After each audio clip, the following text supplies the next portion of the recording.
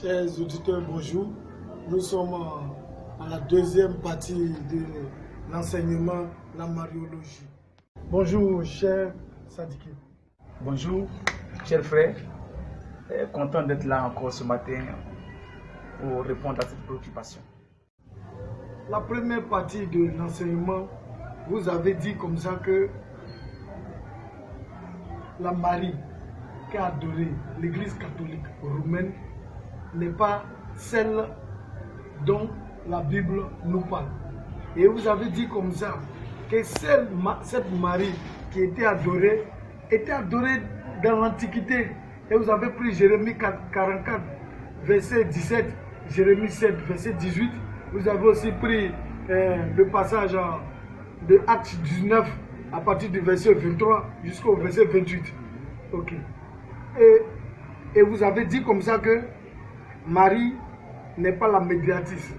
Oui, effectivement. Et vous avez donné Timothée chapitre 2, verset 5. Vous avez dit aussi que on ne passe pas par Marie pour aller chez Jésus. Et vous avez véritablement apporté une contradiction sur ce point-là. On dit comme ça que Marie est pleine de grâce. Et vous avez dit non, que Marie n'est pas pleine de grâce, mais seulement c'est celle à qui une grâce a été faite dans le livre de Luc chapitre 1 verset 28, n'est-ce pas? Ok. Je vous ai posé la question comme ça de savoir l'Immaculée Conception.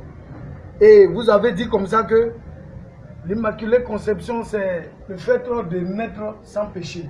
Que Marie est née sans péché. Et vous avez apporté une contradiction, n'est-ce pas? C'est ça. Et vous avez dit que c'est le pape Pie IX, si je ne me trompe pas, en 1854. Et on a parlé de l'Assomption. Vous avez dit qu'il n'y a pas de traces bibliques. C'est ça. Ok. Vous avez dit celui-là même qui a instauré l'Assomption de Marie dans l'Évangile, et c'était le pape Pie XII, n'est-ce pas, en 1954, n'est-ce pas? Ok. Et avec tout ce qui a été dit, dites-moi un peu quelque chose. Dites-moi un peu avant de continuer et commencer la deuxième partie. Dites quelque chose. Ce que j'aimerais dire pour ce résumé que vous venez de faire, c'est tout simplement faire comprendre à nos téléspectateurs et à tous ceux qui nous suivent, de près comme de loin, que nous devons faire attention. Parce qu'il y a eu assez d'infiltration dans le milieu chrétien et beaucoup de choses se disent et se font dans ce milieu. Beaucoup de choses se disent et se font dans ce milieu, comme je le disais tantôt. C'est simplement ouvrir les yeux de nos chers frères et sœurs, puis entrer dans le royaume de Dieu. Et nous, notre rôle, c'est de pouvoir leur apporter un éclaircissement, de pouvoir leur apporter la lumière de l'évangile, la lumière de la parole de Dieu qui libère, qui affranchit de mensonges ténébreux et pour le conduire dans le royaume de Dieu. Donc, c'est tout ce que je peux dire à ce sujet, puisque ce que je dis est vérifié par les Écritures. Revenons aux questions. On dit comme ça que Marie est la mère de Dieu. C'est ce qu'ils disent à l'Église catholique. Marie est la mère de Dieu.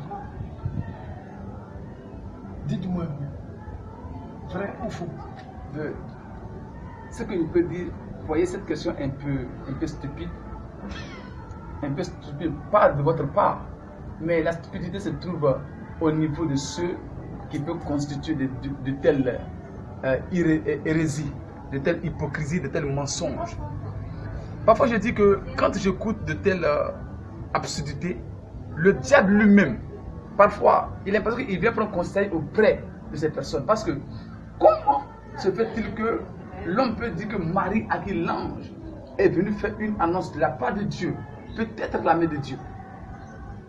Je pose la question à certaines personnes, les plus érudites de l'Église catholique, certains prêtres et certaines personnes comme les modérateurs, les bergers et certaines personnes qui sont vraiment versées dans les Écritures dans cette congrégation catholique. Mais la question que je me pose est de savoir qui a créé Marie. Si Marie est la mère de Dieu, ça veut dire qu'elle a conçu Dieu, elle a mis Dieu au monde. C'est ça. Donc Marie a existé avant Dieu. Voilà c'est pourquoi je dis que la question est un peu stupide et un peu, je ne dirais pas un peu, mais comme je disais, c'est très impoli. Très impoli de la part de tous ceux qui peuvent monter de telle hypocrisie, de tels mensonges.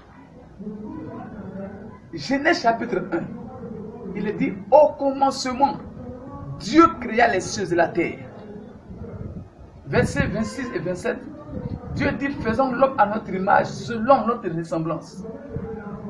Dans le chapitre 2, le verset 7, la Bible nous enseigne que Dieu créa l'homme et la femme. Il créa l'homme à son image.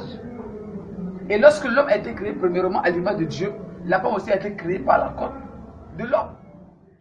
Donc vous voyez, si la femme a été prise des côtes de l'homme, alors nous savons que Ève, qui sort d'Adam, devient la mère de tous les vivants. Mais comment se fait-il que Marie, qui est sortie de l'une des descendances de Ève, peut être la mère de Dieu? Si Marie est la mère de Dieu, qui est donc la mère d'Adam et de Ève qui ont précédé Marie sur la terre? Mais nulle part, ils arriveront à démontrer par les Écritures que Marie est la mère de Dieu. Il y avait simplement un seul verset de la part de ces mécréants, un demi-verset de la part de ces prédestinés de l'enfer qui peuvent monter de tels mensonges contre Dieu. Mais Marie, je pense que Marie est innocente dans cette affaire parce qu'elle est morte et elle est partie. Et comme je disais, ce n'est pas de cette Marie qu'on parle, c'est une autre Marie. Je ne sais pas que dire encore au-delà de ça. Mais je pense que les autres surprises sont réservées pour ceux qui voudront me solliciter un débat. Monsieur Cheikh Sadikim, vous êtes prédicateur de l'évangile. Absolument. Okay. Je veux comprendre quelque chose. Une question qui j'ai l'habitude d'entendre et qui tourmente beaucoup de chrétiens. On dit comme ça que Marie est vierge. Après avoir mis Jésus au monde, on dit qu'elle est toujours vierge. Expliquez-moi un peu ce mécanisme. C'est comment, je ne comprends pas. Même la science même ne peut pas expliquer cela ou bien médicalement, je ne comprends pas. Je suis vraiment désolé parce que je ne pense pas que la science ne peut pas l'expliquer. Mais simplement, c'est parce que les gens sont possédés du mensonge, d'un esprit de mensonge. Les Écritures sont claires. Parfois, j'ai l'impression que les gens font exprès. Mais ce n'est pas de leur faute parce qu'ils sont envoûtés.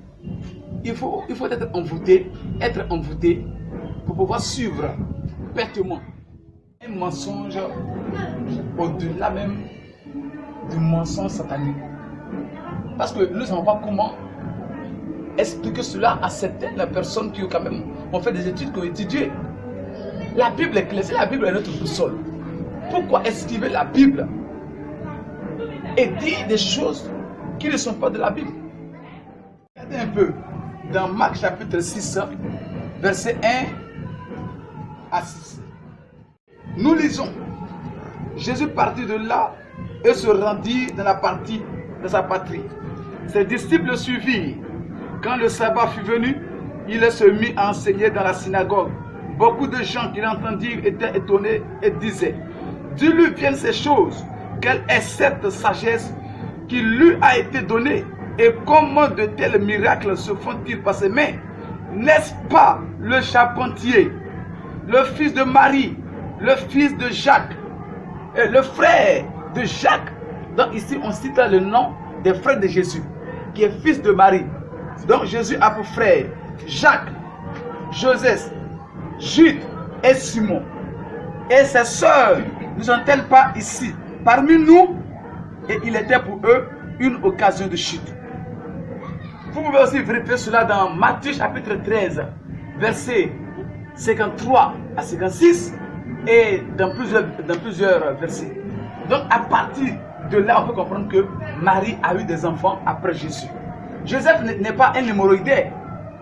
Quand Dieu avait son projet avec Marie, Joseph a récupéré sa chose. Parce qu'il n'est pas un hémorroïdaire, il n'a pas une maladie sexuellement transmissible. Après que Dieu finit avec sa femme, il la récupère pour démontrer qu'un garçon pur de Marie est sorti. Quatre garçons après Jésus et des filles se sont succédées après. Donc dire que Marie serait vierge, c'est une insulte à l'égard des Écritures. Comme je disais tout à l'heure, regardez un peu. Quand l'ange est venu, qu'est-ce que l'ange a dit? Qu'est-ce que l'ange a dit? Tu enfanteras un fils, et ce fils-là aura pour père le Très-Haut. N'est-ce pas? Alors, d'où vient cette imbécilité qui sont considérés comme des mensonges sataniques dans les églises et aujourd'hui qui sont devenus une doctrine? Mais regardez encore, Luc chapitre 2, versets 6 à 7. Qu'est-ce qui est dit? Parce qu'il faut avoir dit des choses avec des preuves. Chapitre 2, versets 6 et 7. Nous lisons, pendant qu'il était là, le temps où Marie devait accoucher arriva. Et elle enfanta son fils premier-né.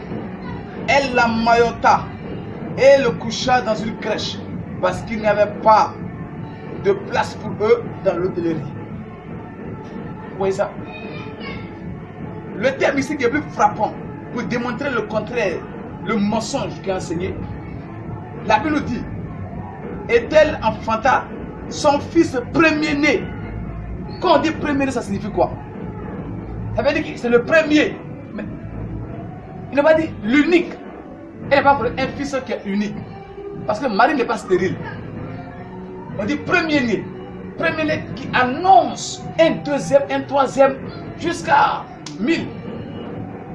C'est pour cela que j'ai demandé tout à l'heure, à présent des passages pour prouver que Marie a eu des enfants. Parce qu'elle devait avoir un fils, mais Jésus est le premier fils qu'elle a eu. Vous voyez, par la couverture du Saint-Esprit. Mais après cela, elle a eu des enfants. Plusieurs enfants, des garçons et des filles. C'est la Bible qui le dit. Qu'ils prennent leurs livres, leur propre Bible, top, et qu'ils vérifient, qu'ils vont à la source, partout sur Internet, qu'ils cherchent, qu'ils fouillent. Ils verront que Marie a eu des enfants après Jésus. C'est parce que Jésus avait pour père le Très-Haut et les autres ont eu pour père Joseph, qui n'était pas un hémorroïdien, mais qui était un homme vraiment que Dieu a créé à son image.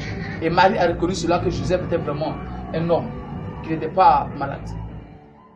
Donc, si je comprends, que ce soit Marie qui enseigne la Bible, donc par la Bible, je vais dire, et cette Marie qui est la déesse Astarte, comme le dit dans le livre de Jérémie 44, verset 17, c'est-à-dire qu'ils ne sont pas dignes d'être adorés. Personne n'est digne de recevoir une vénération quelconque, ou une quelconque prière, une quelconque adoration, en dehors de Dieu. Parce que Satan aussi est aussi adoré. Satan a voulu aussi emmener Jésus à l'adorer. Mais qu'est-ce que Jésus a dit? Luc chapitre 4. Quand nous lisons, nous vérifions. Je lis. Si donc tu te prosternes devant moi, elle sera toute à toi. Donc Satan amène Jésus à se prosterner devant lui. Pourquoi? Parce que la prosternation, c'est le signe de quoi? De l'adoration, de la vénération, du respect, de la soumission à une personne qui nous domine, en qui nous croyons en tant qu'une autorité spirituelle qui est au-dessus de nous. Donc Satan aussi a voulu emmener Jésus à se prosterner devant lui, à lui rendre, n'est-ce pas, une vénération, un culte. Mais qu'est-ce que Jésus a dit? Jésus lui répondit, il est écrit, tu adoreras le Seigneur ton Dieu et le serviras le seul. Donc adorer, servir, appartient à Dieu seul et non pas à une créature qui est créée par Dieu. Par exemple, quand vous lisez un peu dans le livre de Romains, 1 Corinthiens chapitre, je vais prendre le passage pour ne pas que nous puissions nous tromper. Même dans 1 Corinthiens chapitre 8, verset 5 à 6, qu'est-ce qu'il dit? Car s'il est des êtres qui sont appelés Dieu, soit dans le ciel, donc la reine Astarte, dont j'ai parlé hier, soit dans le ciel, la reine Astarte, les esprits de l'air, qui sont ses collaborateurs avec elle travail, qui est donc la Marie qui est vénérée à l'église catholique, vous voyez, soit sur la terre, comme il existe réellement plusieurs dieux et plusieurs seigneurs. Néanmoins, pour nous, il y a un seul Dieu, le Père, de qui viennent toutes choses et pour qui nous sommes. Et un seul Seigneur Jésus-Christ, par qui sont toutes choses et par qui nous sommes. Donc Jésus est le seul à mériter la vénération, l'adoration, un culte. Une personne qui a besoin d'être, ou bien qui est mieux placée d'être adorée, c'est Jésus. Elle-même, elle a reconnu la seigneurie de Jésus. Elle s'est prosternée devant lui avec les mages qui sont venus. Elle a aussi adoré Marie et Jésus. Parce qu'elle sait que celui-là n'est pas un être humain, c'est l'être divin. N'importe qui. Alors, qu'on cesse de nous tromper, de nous raconter des hérésies, et des choses exiguës qui n'ont rien à voir, qui n'ont pas leur place dans le milieu chrétien. Est-ce qu'il y a d'autres religions encore dans le monde qui aussi adorent cette Marie qui est la déesse Astarte? L'Église catholique n'est pas la première communauté qui a introduit, je vais dire, la mariologie en son sein. Cette pratique, cette adoration a été avant que l'Église catholique ne l'adopte en son sein. Ça veut dire que ça vient d'un peuple, ça a une source, ça vient de quelque part. Et aujourd'hui, il y a beaucoup de religions, assez de religieux qui ont adopté cette manière d'adorer. Et donc, la source, l'origine, comment c'est venu à l'Église catholique, qui sont ceux qui ont commencé cette pratique de la reine du ciel, Astarte, qui est donc la Marie de l'Église catholique et non la Marie de la Bible. Et quel était l'objectif, le but, la mission de cette pratique, de cette adoration? Je pense que ce que nous voyons à l'Église catholique, ce n'est que la face survolée de la chose. Mais le fond de la chose est encore une autre chose. Donc pour le savoir et pour savoir quels sont ces peuples qui l'ont emmené, l'Église catholique l'a adopté. Je vais faire un enseignement, l'origine de cette pratique jusqu'à aujourd'hui. Je vais faire un enseignement dessus.